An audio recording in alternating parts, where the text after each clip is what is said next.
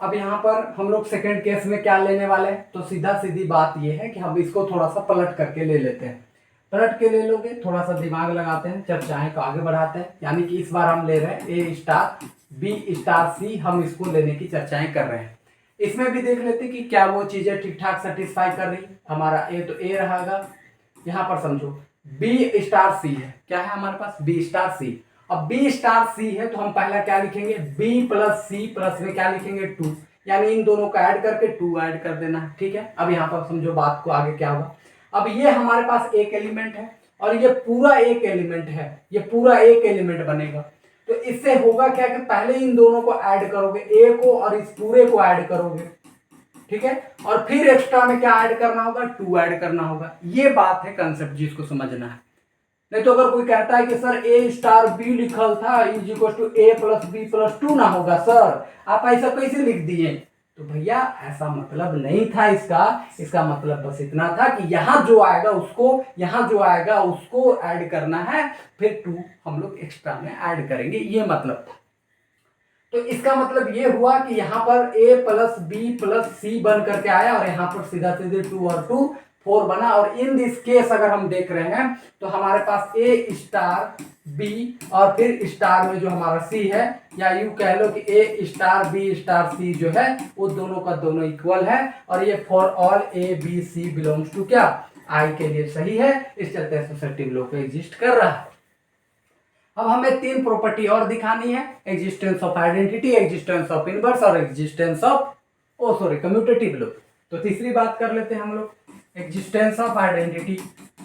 Existence of identity, इस पर चर्चाएं करने वाले हैं।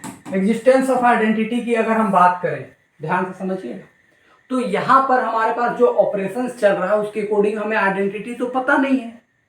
सिंपल सी बात, सेट ऑफ इंटीजर में हम जानते थे कि सर प्लस वाला ऑपरेशन लेते थे तो वहां जीरो आइडेंटिटी एलिमेंट होता था, क्योंकि जीरो के साथ कुछ भी जोड़ दो तो उससे कोई फर्क पड़ने नहीं देता था। लेकिन इस बार जो ऑपरेशन चल रहा है वो तो प्लस चल नहीं रहा, प्लस चलता तो जीरो ले लेते, काम मेरा खत्म हो जाता, ठीक है। लेकिन इस बार चल रहा है कि ए स्टार बी, इसका मतलब ए और बी को दोनों को जोड़ना है और प्लस में 2 करना है। इसका मतलब ये हुआ कि आइडेंटिटी खोजना पड़ेगा। तो खोजेंगे कैसे, तो उसके लिए पहले मानना पड़ेगा कि late E be the identity element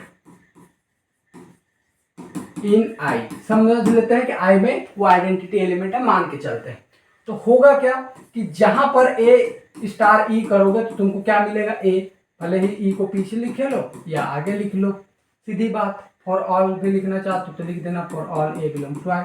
अब हम लोग कोई एक केस को लेकर सॉल्व कर रहे हैं। अब यहां से देख लो ए स्टार ई बराबर सीधा सीधी ए। अब जरा सुनना, ए और ई आया है, इसका मतलब क्या है कि पहले इन दोनों को जोड़ेंगे और फिर एक्स्ट्रा में 2 ऐड करेंगे और राइट हैंड साइड में क्या हो गया, ए हो गया। अब सीधी बात, इसको सॉल्व कर लेते हैं। यहां से ई तो ई रह गया, सबको उस साइड में भेजो, तो यहाँ पर ए हो गया, ये वाला इधर जाएगा तो माइनस ए एंड माइनस में 2, तो दिस मींस ई बराबर सीधा सीधी आ गया कितना, -2। और यही हमारा क्या हो जाएगा, आइडेंटिटी एलिमेंट हो जाएगा। तो हम यहाँ पर शॉर्ट में हम लिख सकते हैं कि E is equal to -2 is the क्या हो गया, आइडेंटिटी एलिमेंट।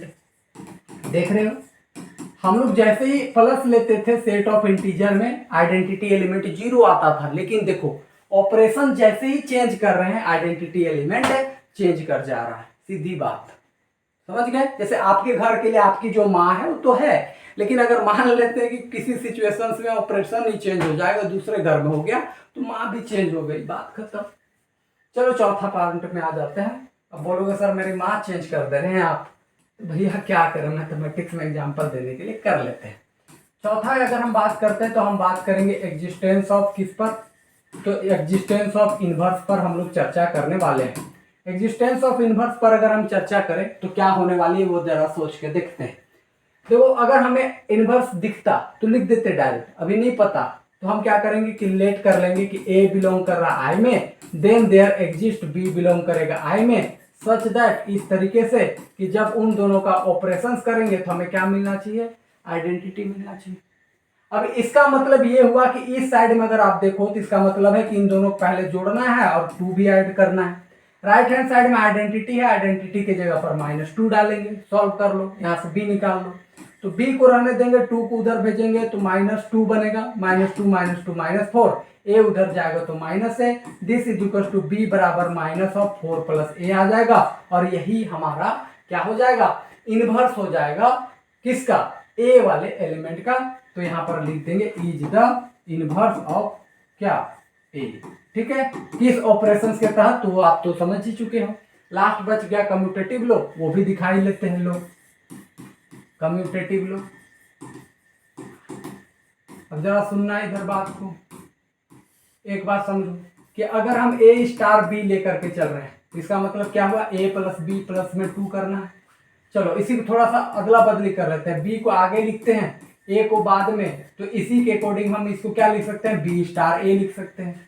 कोई दिक्कत वाली बात तो है नहीं। और अगर कोई इसको नहीं समझ पाता तो इसे लिख देगा कि b स्टार a बराबर b प्लस में a प्लस में 2, बाद में इसको सरिया करके a + b + 2 लिखेगा। तो ये दोनों तो बराबर है, इसमें दिख रहा है, समझ पाए या नहीं पाए, या ऐसे देख लो कि ये दोनों बराबर दिख रहा है इससे। तो वो लिखने का तरीका है, आप जिधर भी चाहो जैसा भी चाहो उस तरीके से आप लिख लो। अगर आप ऐसे सिंपल वे में लिखना चाहते हो तो ऐसे लिखो कि a स्टार b बराबर, ये हम लिख देते हैं b स्टार a बराबर क्या लिखेंगे, b + a + 2, यानी b पहले था तो ऐसे लिख दिए, अब प्लस है तो आगे पीछे हम कर सकते हैं, तो a + b + 2 हो गया। और इसका सिंपल सा मतलब ये हुआ कि भैया यहाँ से a स्टार b बराबर b स्टार a हो गया for all a b belongs to क्या, i। हर एक के लिए सही था, तो ये काम हो गया। इस चलते हम लिखेंगे कि हेंस i और स्टार जो ऑपरेशन चल रहा था, is form an abelian group, इस तरीके से हम दिखा सकते हैं। इतनी बात है जिस पर हम लोगों को काम करने की जरूरत है। ठीक है, तो इस तरीके से हमें काम करनी है। आइए फटाफट जो 3-4 क्वेश्चन और लिखे हैं उस पर समझा देते हैं। आगे जो लिखा है द सेट क्या लिखा है, Q1 का मतलब क्या है कि आपको पूरा रेशनल नंबर लेना है। रेशनल नंबर में 0 भी लेना है, प्लस वाले सब लेना है, माइनस वाले सब लेना है, लेकिन अदर देन 1 लेना है। अदर देन 1 यानी Q1 लिखा है तो 1 को छोड़ करके जितना रेशनल नंबर है, 0 ले लो, प्लस वाले ले लो, माइनस वाले ले लो, सबको ले लेना है, केवल 1 को नहीं लेना है। With the operation defined by, ये ऑपरेशन चलेगा a star b is equal to a + b minus of ab, इस तरीके का ऑपरेशन है। आगे भी दिखा देते हैं, थोड़ा सा क्वेश्चन समझा दे रहे हैं। यहाँ सेट q डैश लिखा हुआ है, q डैश का मतलब क्या है, पूरा रेशनल नंबर लेना है अदर देन -1। इस बार छोड़ना किसको है, -1 को छोड़ना है, बाकी 0 ले लो, बट्टा वाला ले लो, प्लस वाला जितना चाहोगे, माइनस वाला सब ले लो, केवल -1 नहीं आना चाहिए। और किस ऑपरेशन के तहत दिखाना है, तो a स्टार b बराबर a + b प्लस में a × b। इस बार अगर 1 को छोड़ना था तो माइनस था, -1 को छोड़ना है तो +1 है। इस तरीके की बातें हैं, और इस तरीके से आप चाहते हो तो इस तरीके की सेट को दिखा सकते हो बहुत ही आसान से। चाहो तो हम कल आपके लिए होमवर्क छोड़ रहे हैं, उम्मीद है कि आप इसको कर के आइएगा। अगर कर लेते हैं तो ठीक है, और नहीं तो देख लेते हैं कितना समय है। एक नहीं तो हम कर देते हैं, आपके सामने कर ही देते हैं। ठीक है, कोई एक कर देते हैं, आपको ज़्यादा दिक्कत है, दूसरा आप खुद से कर लोगे। हम उम्मीद ये लगा के चल रहे हैं। चलो जी फटाफट, आप एक कर लोगे, एक हम कर देते हैं। लो आइए जी पहला सॉल्यूशंस करते हैं। ठीक है, हम यहाँ पर क्या लिखेंगे, जो गिवन है, गिवन दैट, क्या गिवन है हमारे पास, Q1 is set of all rational number, set of all rational number other than 1। हम क्या ले रहे हैं, सेट ऑफ रेशनल नंबर ले रहे हैं अदर देन 1, ये दिया हुआ है विथ या एंड लिख दो, एंड कंपोजिशन, कौन सा कंपोजिशन हम लोग को दिया है, a star b is equal to a + b minus में ab। इतना गर्मी है, लाइटिंग पूरे रूम में लगा हुआ, उसकी वजह से थोड़ी सी सफोकेटिंग हो रही, बट ठीक है, कर लेते हैं इसको वर्क। तो सबसे पहले हम लोग बात कर लेते हैं क्लोजर लॉ के बारे में।